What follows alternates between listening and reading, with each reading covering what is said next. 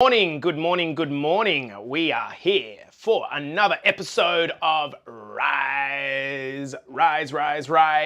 What's going on, guys? Happy Thursday to everyone in the United Kingdom, Canada, and the US, and to my brothers and sisters over in Australia. Guys, I hope you're having a beautiful, beautiful start to your morning. Knock, knock, knock. Rise and shine. We're getting up early for a big episode of the Rise podcast. This is going to be the last episode that we're doing as part of this series. I really like the idea of doing these kind of mini series inside of the podcast.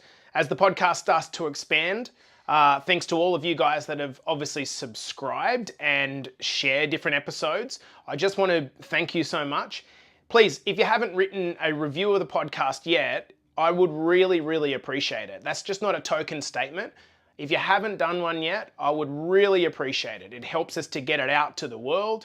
It's as simply as getting on the Apple Podcast player, getting it up, going to the bottom of the episode 1, and then just writing a review. Really, really simple. I'd appreciate it more than you know, guys, because it helps us to take this to the world. Look at this. We've got 10 people in already. And I've got to say, I'm really excited to actually bring you this specific episode because a little bit like yesterday for me with the Atomic Habits episode, when I discovered this concept more recently, this isn't something that I've been in possession of for a long time. It's really helped to, I guess, settle me a little bit. So I'm pretty pumped about sharing it with you guys this morning. So we're starting in 2 minutes. Toddy, I've got to congratulate you, mate. Like, from the man that started in our academy some 1 year ago, bro, you're just present. And I love the fact that you haven't completely got rid of the old Toddy. He's still there, showing up every day, mate. And I'm super, super proud of you, mate. You're very special to our academy. Hello, Tez. How are you, my main man? In here every morning, leading like a squad god that you are. Guys, we're starting in a minute and a half. Sean, what's going on, mate? Lovely to have your company. You're becoming one of the big dogs, Sean. I love your work, mate. Nikki, friend, how are you? Great to catch up with you yesterday, Nikki. Good morning, Ash. How are you, mate? Lovely to have your company here this morning. Who else we got? Loza Taylor, you've been probably the most consistent lass in the challenge over the course of the last 28 days. Guys, we're starting in 2 minutes. Kenny's in here as well. Hello, Kenny. Hello, Hazel. Good morning. Xanth, what's happening in here? I hope you're good. Xanth, super stoked that you'd already joined the push-up challenge. I'll just let you guys know that Travis suggested that we all do this push-up challenge as a BBA community, and I think it's a bloody great idea. Yesterday, I wrote to the CEO of the push-up challenge about coming on the podcast. He said I'd love to. So come back overnight and hopefully we can get a time to be able to pull that in the next week or so. So just waiting on making sure that we can get the right times. All right, starting in 30 seconds, guys. Benny Robinson's in here as well. Hello, Pam. Hello, Coach Carls. How are you? Travie boy, speak of the legend. How are you, mate? We've got Cherie in here as well. Claire's in here as well. Hello, Claire. Loved these episodes. Well, I actually think this is going to be your favorite one, Claire. Jen Lovegrove's in here and Corey's in here as well. So we got 20 people watching on live. If you come in and watch this on replay, guys, please do hashtag replay so that we know that you've been here and you're ready to rock and roll.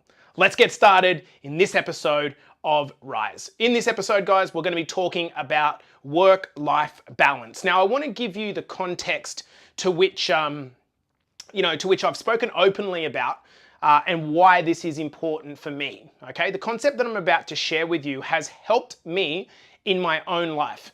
I've spoken about it a fair bit over the course of the last year, maybe 6 months. I've started to talk about it a bit more. And it's this idea of it's really been the hardest period of my life that I can remember. And the reason is because since having my son, second kid in the world, things have just been so much more challenging. To any of you with 2 or more kids, you will know that the first kiddo comes in, and for the most part, if you're in a couple relationship, it's shared between the two. For a man, and this is of course very generalist, but Claudia took on the vast majority of the stuff, and so my work timing, my gym, essentially wasn't too far impacted. But of course, when the second one come along, it was bloody tough because now it's not 2-1, it's 1-all, which basically meant that I had to make a bunch of sacrifices, nothing that I would not change, but that's the context for this episode. So for every one of you ladies particularly, that is just like doing the single parent thing, oh my God, like that just must be critically hard. So we want to talk about work-life balance. And again, this idea that I'm about to talk you through has helped me to be able to come to terms with the fact that I can't always do everything that I want. Now, the reason is because, you know, as an ambitious guy or girl, if you're like me, you just want more from your relationships, you want more from your health, you want more from your work and your career, you just want more in life. And if you're in this academy, it's a symbol of the fact that you want more. If you don't want more, well, I think that there's a level of, I can be happy, but I can be dissatisfied that I don't have more. The problem is that you get spread thin, right? And at a certain point, there's no more of you. And when people say, I just don't have enough time, I do think there's an argument there that actually the major problem, 50% of the problem, is that you're not using your time right, you're not prioritizing your time, but equally there's a reality that you're spreading your time thinly across all of your responsibilities. So let's talk about the concept. The concept is called the 4 burners theory. Now, this is not my concept. It's a concept that I've discovered and come across quite recently. The 4 burners theory, essentially, I'm going to go to the drawing over here. You remember the old kind of cooktops? Just to explain it, you've got 4 hot plates, and these hot plates are fueled by a power supply. Now, this power supply is not very strong. It's only got a certain amount of ability to charge these 4 plates, and it can't turn them all on at once.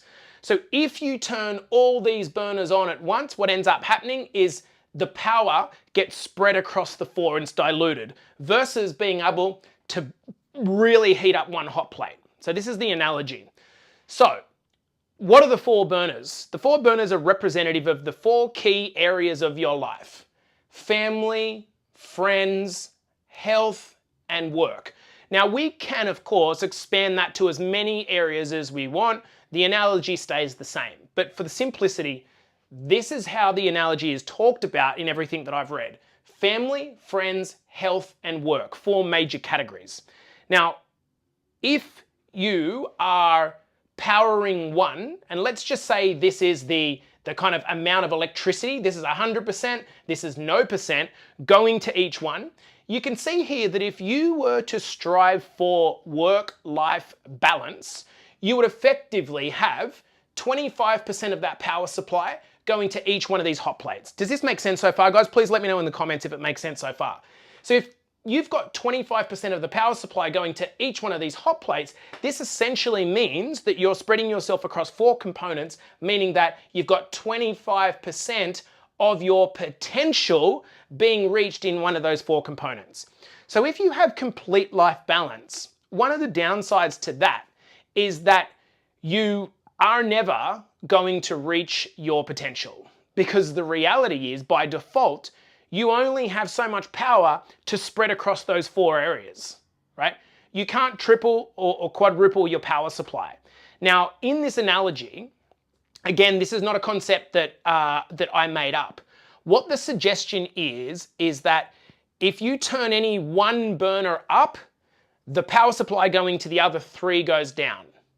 Now, the person that come up, I don't have the name, the person that come up with this theory suggests that if you want to be successful, and of course, successful is a relative term, if you want to be successful, you need to cut off one burner completely.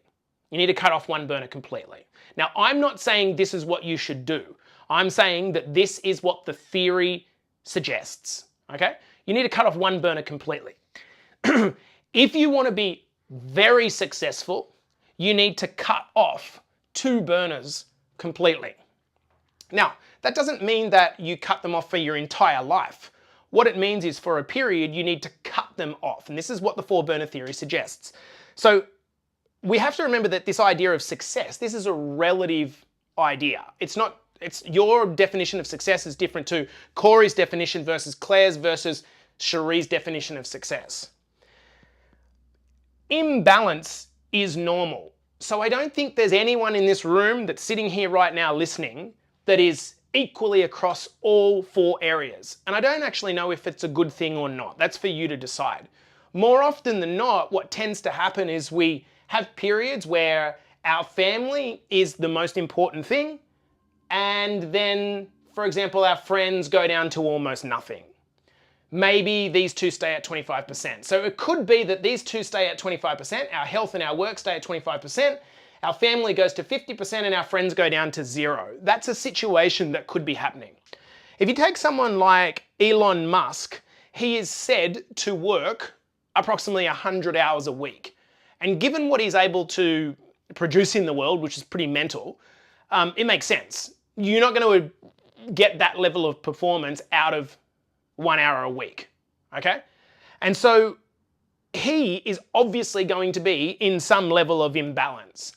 So all of his time is going into the blue line, the work, which by default strips power away from the other side. Now, does he look like an incredibly healthy guy? Not to me, but maybe we don't know. That could be one place that it's dropping out. I dare suggest that his family life isn't amazing. And friends, well, I don't know. I can't comment on that. Okay, so does this make sense? The point to recognize, guys, is that in any of the choices you make in your life, there's going to be a trade-off. Okay? There's rarely one easy, simple decision that you need to make when it comes to your friends, to your family, to your work and your health. It's always going to be a trade-off, and the trade-off has consequences. And so every choice that you make has a cost. So let's bring this back and flip the board. I want to talk about then, well, what happens when you're at a point where, all right, now that you understand the analogy, what the hell do you do? Like, how do you navigate this? Are there any hacks that you can kind of think, okay, well, that's the theory. How do I work within this theory to be able to at least maximize my time in anything? And I just want to give you some ways that I've been thinking about this morning that might help you to shift your mindset. So the first thing is, we've talked about this before in a previous Rise episode, core values. So how do you decide at any one point in time which of those 4 burners gets the most of your time?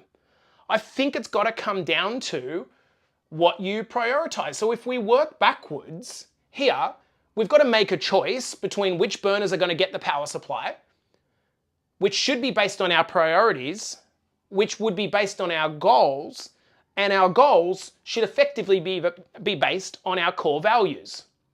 So for me, as an example, my 2 highest core values are health and love. Health and love. So with that being the case, it makes sense that my health as a burner is going to get a hell of a lot of focus at the detriment to a lot of other things, such as my work and my friends, and potentially my family. Of course, the second big core value is my love, right? And that sort of indicates that the health, that the family and the friends need to have some sort of a role in there. So it's a good idea to make sure that wherever you're dedicating the time that you want to dedicate to whatever in your life, the burners in your life, that you're choosing consciously. Because would you agree that what happens is people dedicate times to things that they resent later in their life because they got swept up in stuff and didn't choose consciously? An example of this would be those people who are putting time into relationships which no longer serve them. And I'm talking both a love-sex relationship, and I'm talking friends that really has just passed you by, that time's passed you by. But you're pouring time into that at the expense of other burners, which are probably higher on your core values list. So I think really the first point is that you've got to choose consciously. You can't just whatever screams the loudest, you give attention to that thing. Because when you give attention to the thing that screams the loudest, it draws you away from what you should be focusing on. Next point is life balance, okay? I think that we're always thinking to ourselves, We want work-life balance, right? We want work-life. I just need some more work-life balance. And that's said as if it's a very negative thing, right? I'm just completely out of balance at the moment. What if we changed the metric or changed the rhetoric that we talk about? Instead of I want work-life balance, which I don't think's ever possible, to be honest. I don't know. I know very few. I'm trying to think of my 2 coaches, 3 coaches. The ones that are thriving are just not, they just don't have balance. The burners are like moving all over the place. So what if we just stop thinking of that as a negative and instead say, well, you know what? I'm never going to have work-life balance, but I can have life satisfaction, which is very optimistic outlook. I'm fucking tired. Like, I'm fucking tired. And let's switch off the optimism for a second. I tell you guys all the time, stop saying aloud that you're tired because you're just endorsing a story. I understand that you're tired because so am I. My point is that if you just keep saying I'm tired, you're putting yourself into more tiredness. But that doesn't change the fact that you're actually physically tired. And if you instead embrace that tiredness as a consequence of having a satisfied life, this is a completely different outlook to I'm just completely out of balance. Does this make sense?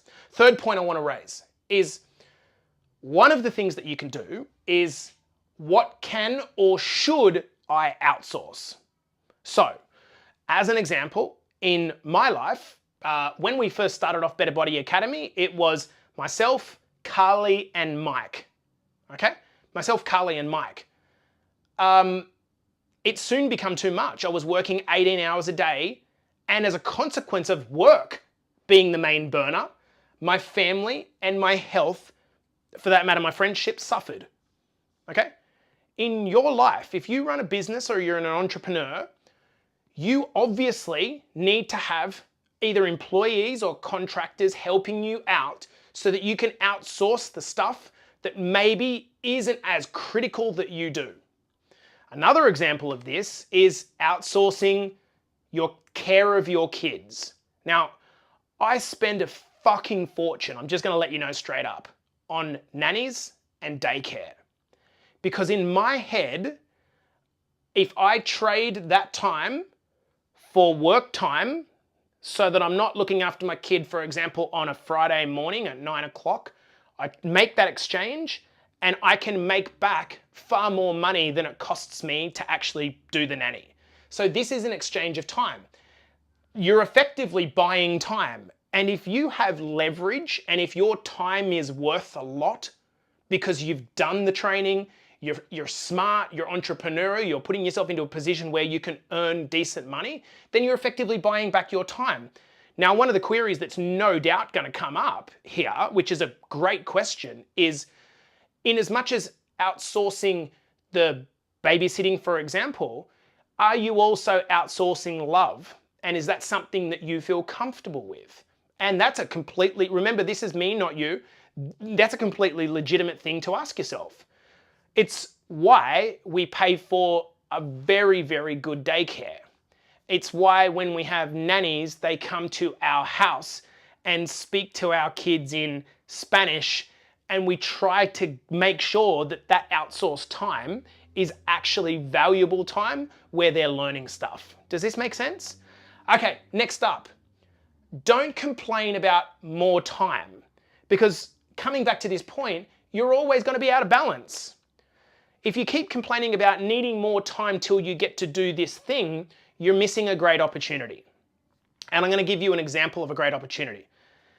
You're missing the ability to do things more efficiently and more effectively. If you just keep saying, I don't have more time, all you're actually doing is exacerbating the lack that you have.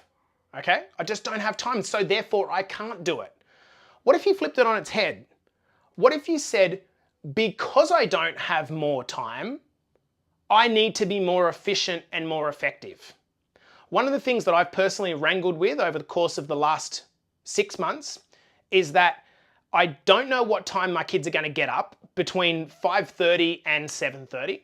So it kind of fucks with when I can actually go to the gym, which then often has this period of like jumbled lag time in the morning of which I can't commit to anything because they're there, they need minding, they need breakfast, but then they're playing, and it's like, it seems like 2 hours just vacuumed out of my life and I can't do anything about it, and I just get really, really frustrated.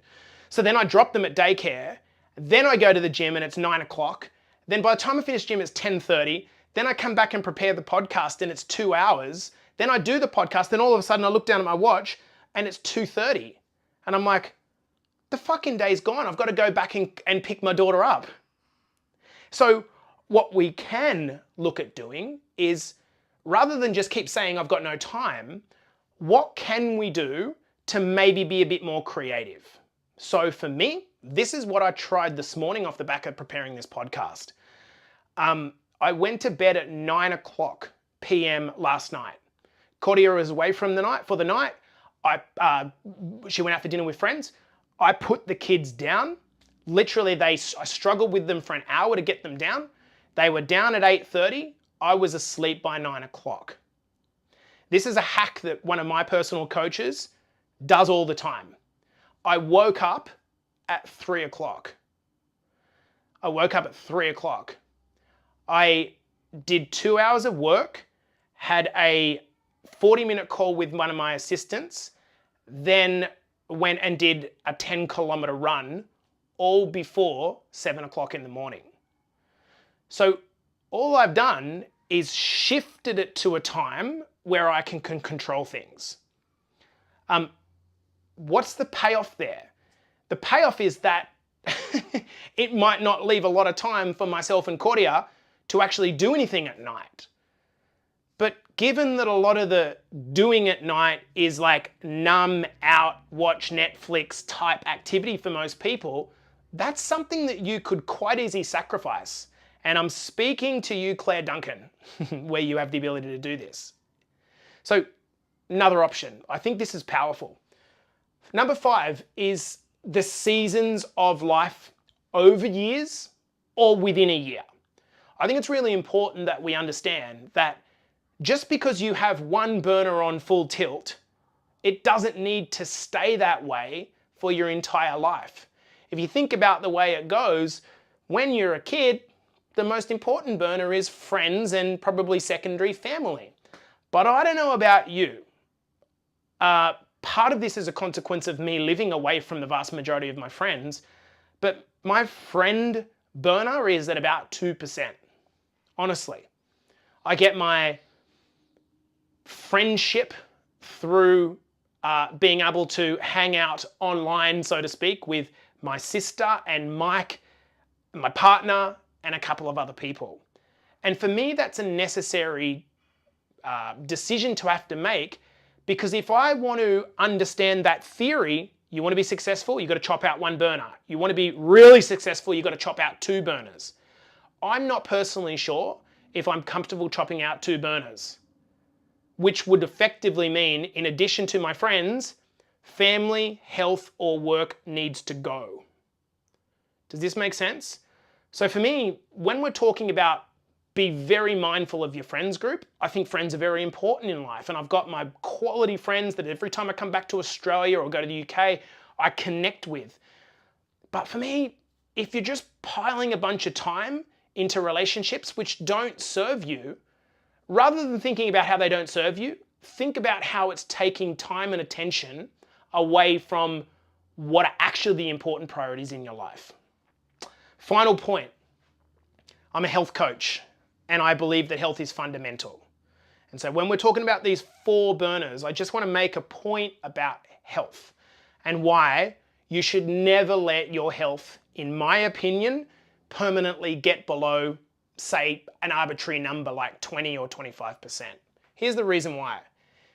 If you're dead or you've got some lifestyle disease condition that's occurred as a result of poor health, you don't have any burners at all. So for me, it's almost like the power supply to the entire thing is your health. If you don't have your health, you got nothing. So I think there has to be a minimum level of supply that's going to health personally. You might disagree. That said, yeah, okay, that's the point I made. So good health, more power to all four. So if you have the ability to dedicate a period of time to your health, what that effectively means is that you're actually able to be more energetic, more empowered in the other three. An example of this is if you're a parent and you don't have your health, by default, it takes away from you being a good parent because you're tired and fatigued all the time. You don't feel great about yourself. But if you're powering up your health with at least a minimum level of attention, not only are you not dying, which is a good thing, secondly, health is fueling your family, your work, your friends. And if you don't have that, you don't really have a lot. The final point, guys, that I really wanted to say before we close out this episode is that one of the things that again, this has been quite a reflective episode for me, I personally struggle with is knowing that the mission that I'm trying to head here inside Better Body Academy is to change so many lives with information and implementation like this. The frustration that I just constantly face is I just see it. I can touch it. I can touch more. But I just can't get there as quick as I want to get there. Understanding this concept has helped me because I could throw the baby out with the bathwater. I could not care about my health. I could not care about my friends and family. I could turn those three burners right off and really be fucking successful as a coach. But then I'd be a complete hypocrite because I'd be going against the fundamental beliefs that I'm talking to you about this morning or this afternoon. Guys, that's it. Let me know, there's 20 of you still watching live. I would love to know what you thought about this episode. For me, this is the episode that I finished with because it's just really come from the heart because when I come across this concept, I know that you struggle with this stuff. I know that you struggle with this stuff. I know that you as a dad and you as a mum and you as a partner struggle to balance all of this stuff. I know you do. Because this is the tough bit about transformation. It's trying to juggle all the fucking responsibilities in your life. So if you can take yourself a little bit of pressure off yourself by understanding this concept and understanding that maybe you're just in a season. Maybe we need to just kind of turn down this one temporarily, but not turn it off completely. Maybe it will help you that when the health burner goes back down to like 10%, you can say to yourself, okay, guess what? I'm playing the long game here. So it can stay, for example, when I go on holidays, my health burner can go down to 10%. And I'm okay with that because the fundamental core belief of health is so ingrained in me that I can turn it back up in a second. It's not something that I have to work hard on.